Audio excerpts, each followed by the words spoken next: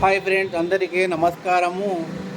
ఈరోజైతే విషయం ఏంటంటే బిగ్ బాస్ 8 ఎంతమంది చూస్తుర్రో బిగ్ బాస్ 8 అనేది కంటెస్టెంట్స్. ఒకవేళ చూస్తే మీకు అందులో ఎవరు నచ్చుతారు, ఎవరు బాగా ఆడుతారు అనిపిస్తుంది? నబీలా, యష్మియా, ఇంకా సీతన, ఇంకా వేరే వేరే వాళ్ళు ఎవరైనా నచ్చారా?